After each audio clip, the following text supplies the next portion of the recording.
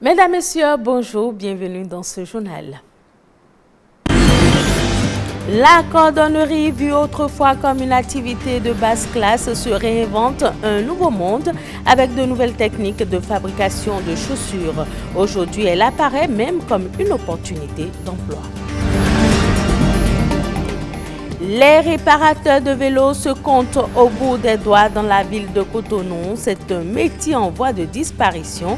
Quelle en est la cause? C'est à suivre.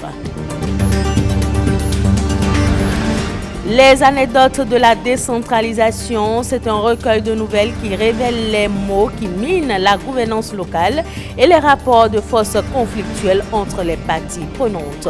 Son auteur en parle.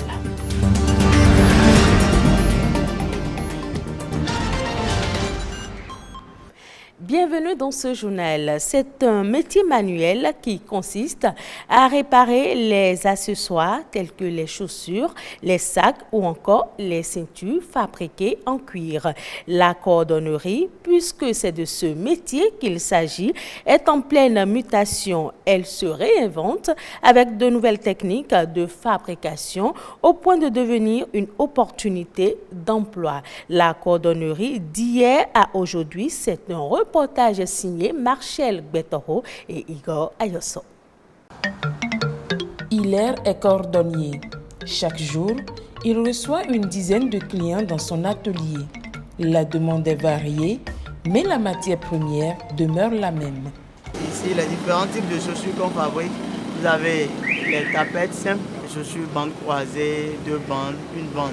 En plus de ça, nous avons aussi les fermés et les babouches. Nous avons premièrement besoin de la matière cuir. Le patron, à part ça, quand vous avez le modèle que vous avez fabriqué, il y a la semelle. À part la semelle, vous avez le carton, le chiffon, les garnitures.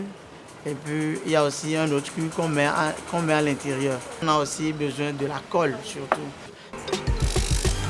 Exercer le métier de cordonnier nécessite une formation bien spécifique. Il faut forcément avoir les aptitudes de couture avant de s'y mettre, c'est très important. Donc dans la formation, il faut aussi apprendre à coudre. C'est aussi une autre étape carrément. Donc il y a certains cordonniers, il y a d'autres qui avec la couture, ils ne peuvent pas, c'est un peu difficile. Tu prépares le cuir, après tu vas donner ça au matelassier pour la couture. Mais quand tu te formes correctement, tu fais aussi la couture. Comme ce client, nombreux sont ces Béninois qui ont adopté le Made in Bénin. Je préfère nettement les chaussures de chez nous parce qu'on a des cordonniers aujourd'hui qui ont de l'ingéniosité.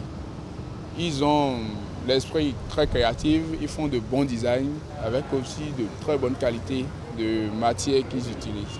Donc, sincèrement, moi je préfère beaucoup plus les chaussures de fabrication traditionnelle mais avec une certaine finesse. Nous aimons plus les chaussures fabriquées au Bénin, plus que les autres pays.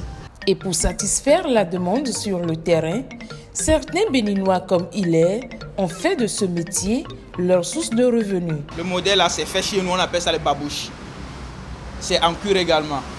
Il y a aussi par contre, celle-ci aussi, c'est fait, on appelle ça le sandal. Le sandal, c'est fait chez nous. Il y a même pas plus de chaussures, c'est fait chez nous. Ça permet de nourrir son homme. Il y a les bonnes dames qui arrivent, certaines qui viennent chercher et revendre. Avec le secteur, on arrive à joindre les deux bouts. Et il m'arrive d'exporter mes produits. La cordonnerie est l'un des métiers du secteur artisanal. Il participe également au développement économique du pays. Vers la fin d'année, les gens viennent, on paye l'impôt. Il y a aussi les gens de la patente qu'on paye. La cordonnerie, un métier négligé au départ qui attire plusieurs jeunes aujourd'hui. Développer davantage le métier pourrait être une source de grandes opportunités d'affaires pour ces artisans. Autrefois, il était très aisé de voir des réparateurs de vélos aux abords des voies à Cotonou. Les quelques-uns qui exercent encore le métier sont comptés aujourd'hui au bout des doigts. À quoi cette disparition progressive est-elle due? La réponse dans cette enquête réalisée par Arnaud Kodjo Adadja. Si je suis venu ce beau matin, c'est parce que je veux réparer mon vélo pour mon enfant. Je suis venu pour réparer les vélos gâtés de mes enfants. La chambre à air est gâtée, le pneu est gâté. L'autre, il y a les pédales qui ne sont plus en forme et puis aussi les maillots qui ne sont plus en forme. Ils viennent de Bedjromede et de Kokokodji en quête d'un réparateur de vélos à Cotonou. C'est finalement ici, derrière le stade général Mathieu Kérékou, que ces hommes peuvent s'offrir la chance d'une seconde vie au vélo. Il y a encore quelques années, on pouvait voir partout des réparateurs de vélos. Aujourd'hui, on ne les voit plus. Néanmoins, celui-ci s'est accroché et prend bien soin de son travail. Pourra-t-on dire que la multiplication des motocycles sonne le glas des réparateurs de vélos?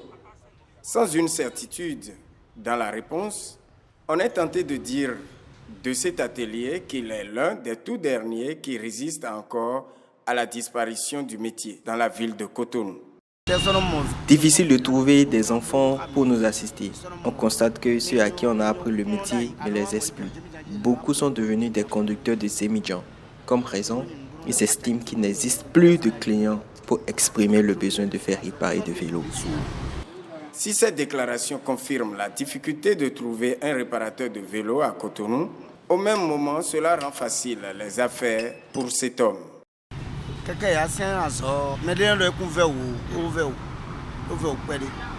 Le moindre désir de commande de réparation commence déjà par 1500 francs chez moi. Et je prends bien soin du travail pour que tu sois satisfait.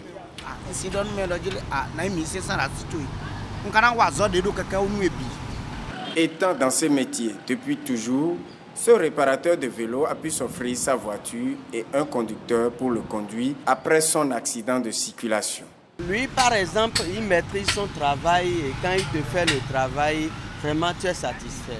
C'est pour ça que je suis venu ici. On aura toujours besoin des réparateurs de vélos parce que les enfants, avant d'en arriver sur les motos, ils doivent savoir comment pédaler les vélos d'abord avant d'en arriver là-bas. À l'ère de la dualité dans la formation, il reste aux formateurs des lycées et collèges d'intégrer la formation au métier de réparateur de vélo dans leur programme pour aider le métier à renaître tel un phénix de ses cendres. Coup de projecteur spécial à présent sur le processus de la décentralisation au Bénin à travers l'ouvrage Les anecdotes de la décentralisation. L'œuvre retrace cette expérience de la gestion à la base dans laquelle s'est engagé le Bénin depuis 2003 et relève la face cachée de la gouvernance locale et les rapports parfois conflictuels entre les différentes parties prenantes. L'auteur Stanislas Roncanlin, ingénieur en développement local, en parle. Les anecdotes de la décentralisation, tome 1, c'est le fruit d'une vingtaine d'années d'observation ininterrompue de la gouvernance locale au Bénin. Nous nous sommes intéressés de près au comportement des acteurs, comment ils interagissent avec les autres parties prenantes. Et nous avons constaté que certaines absurdités, n'est-ce pas, méritent d'être mises en relief pour attirer l'attention des décideurs sur le fait qu'il faut vraiment corriger ces imperfections pour permettre à la décentralisation d'atteindre tous ces objectifs, pour que la finalité assignée à ce processus, à cette approche de gouvernance soit remplie. En termes de recommandations, c'est de s'inspirer de ces cas que nous avons portés dans ce document. Par exemple, il faut essayer de dimensionner les attributions des préfets par rapport à leur rôle de tutelle envers les maires. Il faut faire en sorte que les maires soient un peu limités dans leur relent propagandiste parce que jusque-là, les maires sont en charge de la communication locale. Et donc, ils font de cet outil ce qu'ils veulent pour, n'est-ce pas, peut-être empoisonner les rapports entre les populations. Donc, il faut régler un peu les apparitions publiques des maires en termes de communication en direction des communes. Certains maires prennent des libertés dans l'utilisation des ressources locales. Et donc, il faut que le cadre légal qui vient d'être aménagé dans ces dispositions réglementaires puisse tenir compte ces éléments-là pour que la gouvernance locale, la bonne gouvernance locale soit une réalité. Hors du Bénin, le conseil d'administration du Fonds africain de développement a approuvé un financement supplémentaire de 12,16 millions de dollars sous forme de dons pour le projet de pôle agro-industriel du riz en Sierra Leone. Le projet vise à mener le pays vers l'autosuffisance en riz. Il va également améliorer les moyens de subsistance des ménages ruraux en fournissant des intrants de qualité, des services de gestion des terres et de l'eau, de mécanisation et de vulgarisation aux agriculteurs afin d'augmenter la production de riz. Les autres informations au plan international, c'est dans Eco-Inter que je vous invite à suivre.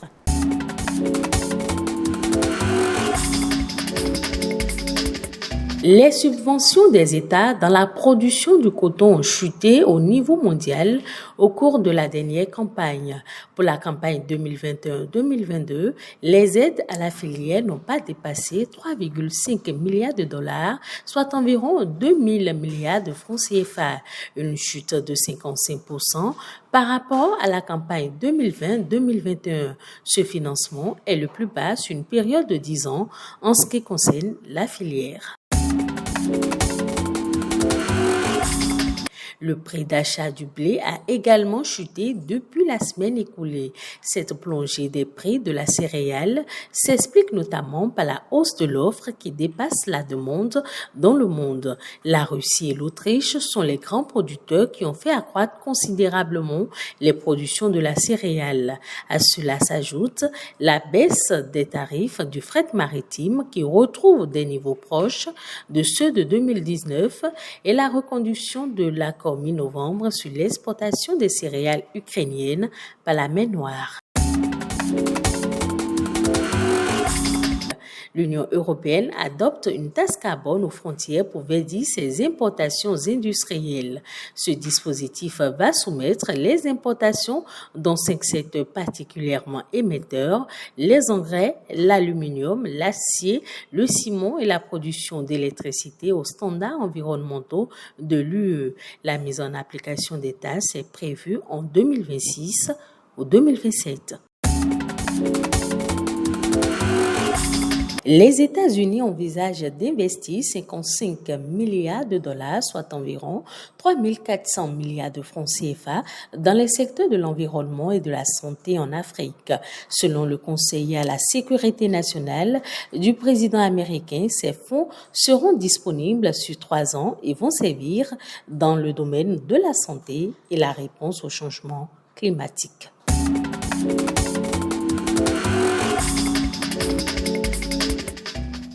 Et ce sera tout pour cette édition. Merci de l'avoir suivi. Retrouvez ce journal sur le site de l'ORTB, www.ortb.bj.